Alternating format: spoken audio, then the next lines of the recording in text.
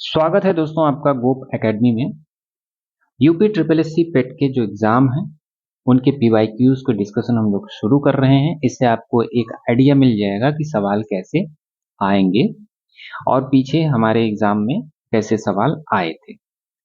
तो 29 अक्टूबर 2023 के प्रथम पाली और द्वितीय पाली के जितने भी हिस्ट्री के क्वेश्चंस हैं उन सब का डिस्कशन हम लोग करने वाले हैं। बिल्कुल शॉर्ट में बहुत जल्दी से करते हैं और इससे आप ध्यान से देखिए तो आइडिया लग जाएगा आपको कहाँ से क्या पढ़ना है। लास्ट में हम लोग बात भी करेंगे थोड़ी सी। पहला सवाल यह है कि वेद का अंतिम भाग इसको निम्नलिखित में से किस नाम से जाना जाता है? क्या ब्राह्मण, अरण्यक, उपनिषद, वेदांग, इन चारों में आपको चूज करना है। तो वेद के अंतिम भाग के रूप में दोस्तों उपनिषद को जाना जाता है। दूसरे सवाल पे चलते हैं। मुगल सम्राट बाबर ने निम्नलिखित में से किस स्थान पर राणा सांगा और उनके सहयोगियों को हराया था? तो बाबर और राणा सांगा का युद्ध कब हुआ था, यानी कौन सा युद्ध हुआ था? तो ये आपको बताना है। क्या पानीपत, चंदेरी, खानवा या घाघरा? तो दोस्तों इसका आंसर है सिंपल सा घाघरा, सॉरी खानवा। खानवा में बाबर ने राणा सांगा को हराया। राणा सांगा मेवाड़ के राजा थे और उनकी संयुक्त सेना थी अफगान और राजपूतों की। ठीक है, दोनों लोग थे, फिर भी बाबर ने उनको हराया था। कब हराया था? 16 मार्च 1527 में। ठीक है, साथ में और देख लेते हैं पानीपत। पानीपत के युद्ध में 3 होते हैं।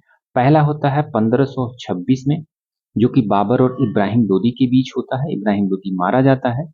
1556 में होता है दूसरा युद्ध, जो कि अकबर और हेमू के बीच में होता है। अकबर जीत जाता है। और वहीं तीसरा होता है 1761 में, मराठा जो संघ होता है, मराठा साम्राज्य, वो हार जाता है किससे? अहमद शाह अब्दाली से, जो कि अफगान था। वहीं चंदेरी भी है, इसको भी देख लो। 29 जनवरी को हुआ था युद्ध 1928 में। ये भी हुआ था बाबर और मेदिनी राय के बीच में, जिसमें बाबर जीत जाता है। मेदिनी राय कहाँ का था? मालवा राजपूत था। वहीं घाघरा 6 मई 1929 को होता है, सॉरी 1900 बोल रहा हूँ, 1528 को और 1529 को होता है। तो 1529 को बाबर और महमूद लोदी के बीच में ये युद्ध होता है। संयुक्त अफगान मोर्चे को हराता है बाबर। और 1530 में, जैसा कि आप जानते हैं, बाबर की मृत्यु हो जाती है। और ये देख लें कि जो घाघरा का युद्ध था दोस्तों, मध्यकालीन अगर भारत की बात करेंगे तो उसमें पहला युद्ध था जो जल में भी लड़ा गया था और थल में भी लड़ा गया था। ये घाघरा का युद्ध था 1529 का, और ये गंगा और घाघरा के संगम पर हुआ था। अगले सवाल पे चलते हैं। थर्ड है हमारा, निम्नलिखित मराठा प्रमुखों का उनके क्षेत्रों के संबंध में मिलान कीजिए। इसको याद ही कर लीजिए, बहुत बार आता है। ठीक है, तो सिंधिया, होलकर, गायकवाड़, भोसले, तो इनको आपको बताना है। तो सिंधिया जो थे दोस्तों, सिंधिया थे उज्जैन के, और होलकर थे इंदौर के, वहीं गायकवाड़ रहे हैं बड़ौदा के, और भोसले रहे हैं नागपुर के। तो इस तरीके से हमारा आंसर बी हो जाएगा ना, फर्स्ट का सी। ठीक है, आंसर जरूरी नहीं, ये याद करना जरूरी है। फोर्थ पे चल रहे हैं दोस्तों। निम्नलिखित में से किस बौद्ध स्थल पर महिलाओं को पहली बार संघ में नियुक्ति किया गया था या संघ में शामिल किया गया था? तो वो कौन सा था, कौन सी जगह थी? तो दोस्तों इसको याद कर सकते हैं कि वैशाली नामक लड़की पहली बार बौद्ध धर्म में आई। यानी वैशाली एक स्थान है जहां पर बौद्ध धर्म में महिलाओं को पहली बार संघ में शामिल किया गया था। पांचवा प्रश्न ये है कि बुरहानपुर में स्थित असीरगढ़ किला, जिसे दक्कन का दरवाजा के नाम से जाना जाता है, तो निम्नलिखित में से किस यादव वंशी अहीर राजा द्वारा बनवाया गया था? तो इसमें राजा भोज, आसा अहीर, हरिहर अहीर या देवगिरी यादव। तो कौन था दोस्तों इसमें? तो ये है आसा अहीर। छठवें प्रश्न में चल रहे हैं, जिसमें मोतीलाल तेजावत की बात हो रही है। भारतीय राष्ट्रीय आंदोलन के दौरान एक प्रसिद्ध व्यक्तित्व रहे। वह भारत के निम्नलिखित में से किस क्षेत्र से संबंधित थे, ये पूछा गया है। क्या वे गुजरात से थे, मध्य प्रदेश थे, राजस्थान से या हरियाणा से? तो इसका आंसर आप बता रहे हैं कि राजस्थान से, तो बिल्कुल ठीक है। छठे प्रश्न में चल रहे हैं। छठा प्रश्न है दोस्तों, निम्नलिखित में से कौन सा 1892 के सुधारों का विस्तार था? तो 1892 के आगे कौन सा आएगा तो वही सुधार हो जाएगा। तो कौन सा आता है 1892 के आगे? 1909 का परिषद अधिनियम आता है, तो ये हमारा आंसर हो जाएगा। और आठवें प्रश्न में चलते हैं। 1920 में उत्तर प्रदेश के प्रतापगढ़ जिले में पहला किसान मोर्चा या सॉरी किसान मार्च किसके द्वारा आयोजित किया गया था? तो महात्मा गांधी, जवाहरलाल नेहरू, मदन मोहन मालवीय या बाबा रामचंद्र। तो इसमें जवाहरलाल नेहरू ने प्रमुख भूमिका निभाई थी। 1920 की बात है। निम्नलिखित में से किसके नेतृत्व में मंडी षड्यंत्र हुआ था? तो मंडी षड्यंत्र किसके नेतृत्व में हुआ था दोस्तों? ये हुआ था गदर पार्टी के नेतृत्व में। आपको पता है मंडी हिमाचल प्रदेश में है, ठीक है। यहाँ पर एक षड्यंत्र हुआ था गदर पार्टी के कार्यकर्ताओं द्वारा, और यहीं पे मंडी षड्यंत्र केस भी चलता है, जो कि 1915 के नाम से प्रसिद्ध है। इसमें मुस्लिम लीग दिया गया है, जिसकी स्थापना होती है 1906 में। 30 दिसंबर 1906 को ढाका में होती है, जिसमें नवाब सलीमुल्लाह खां, वकार उल मुल्क और आगा खां रहते हैं। आगा खां प्रथम अध्यक्ष थे मुस्लिम लीग के। वहीं Hindustan socialist Republican association HSRA इस नाम से फेमस है ये, जो कि सितंबर 1928 में इसकी स्थापना की गई थी दोस्तों। और वो स्थापना कहाँ हुई थी? न्यू दिल्ली में, नई दिल्ली में फिरोजशाह कोटला मैदान में हुई थी। और इसके प्रमुख लोग जो थे वो जरूरी हैं। चंद्रशेखर आजाद थे, भगत सिंह थे, सुखदेव थे, भगवती चरण वोहरा थे, ठीक है। और इसके पहले 1924 में ये एस हटा दोगे तो HRA बना था, हिंदुस्तान रिपब्लिकन एसोसिएशन बना था अक्टूबर 1924 में। कहाँ बना था? कानपुर में बना था। और इसके प्रमुख भी काफी इंपॉर्टेंट हैं, जिसमें शचीन्द्र नाथ सान्याल थे, और जिनकी बुक है बंदी जीवन।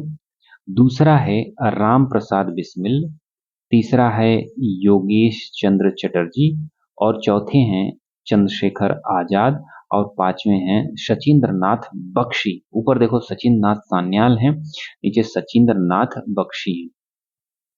इतने लोग इसमें थे।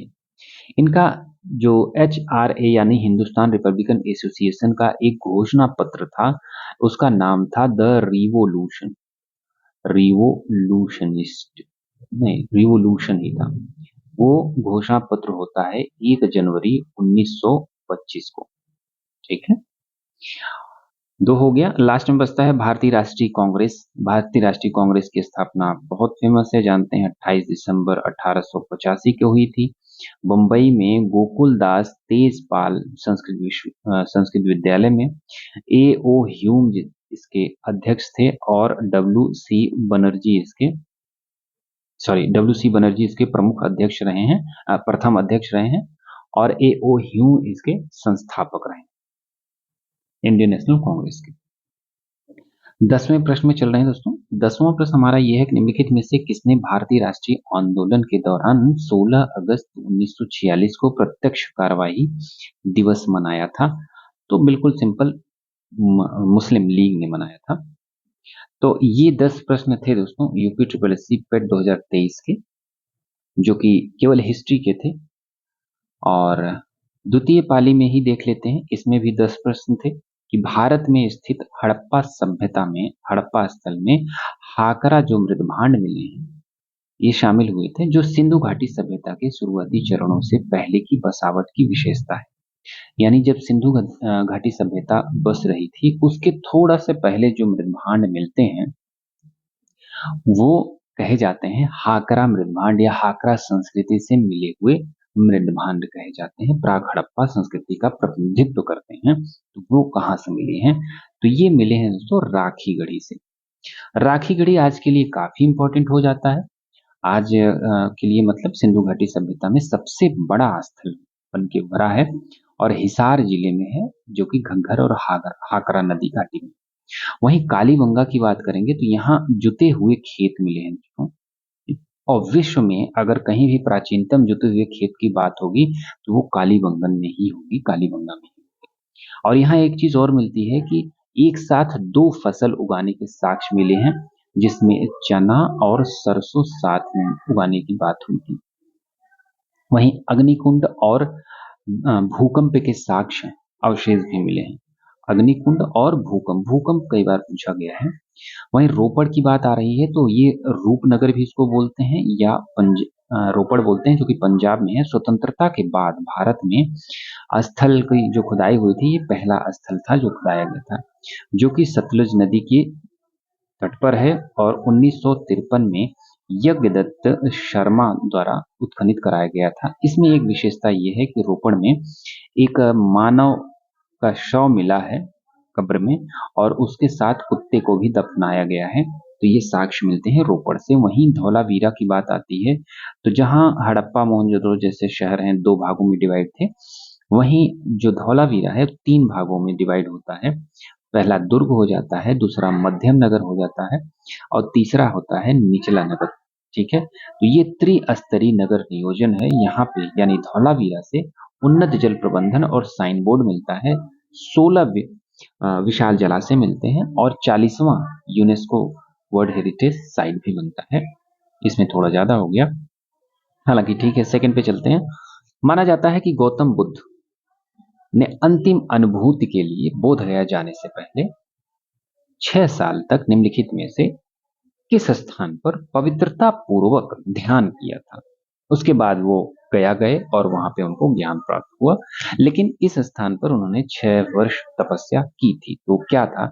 लुम्बिनी था, सारनाथ, डुंगेश्वरी गुफा या कुशीनगर। तो दोस्तों आंसर है इसका डुंगेश्वरी गुफा। यहीं पे उन्होंने 6 साल तपस्या की थी। प्राग बोधि पर्वत है यहाँ पे, जहां पे उन्होंने तपस्या की थी। थर्ड सेकंड पाली का है कि निम्नलिखित में से हर्षवर्धन की जो पहली राजधानी थी वो कौन सी थी? क्या पाटलिपुत्र थी, क्या थानेसर थी, क्या वैशाली थी, क्या मगध थी? तो दोस्तों ये बनती है थानेसर। चौथा सवाल है कि अकबरनामा का कौन सा खंड है जो अकबर के प्रशासन, घर, सेना, राजस्व और उसके साम्राज्य के भूगोल से संबंधित है और जिसको बोलते हैं आईने अकबरी। तो दोस्तों ये तो आपको पता है कि भाई तीसरा ही पार्ट है जिसको आईने अकबरी बोला जाता है। ठीक है, आईने अकबरी बोला जाता है। ओके, आईने अकबरी हो गया। पांचवें प्रश्न पे चलते हैं कि 1851 में गवर्नर जनरल थे लॉर्ड डलहौजी।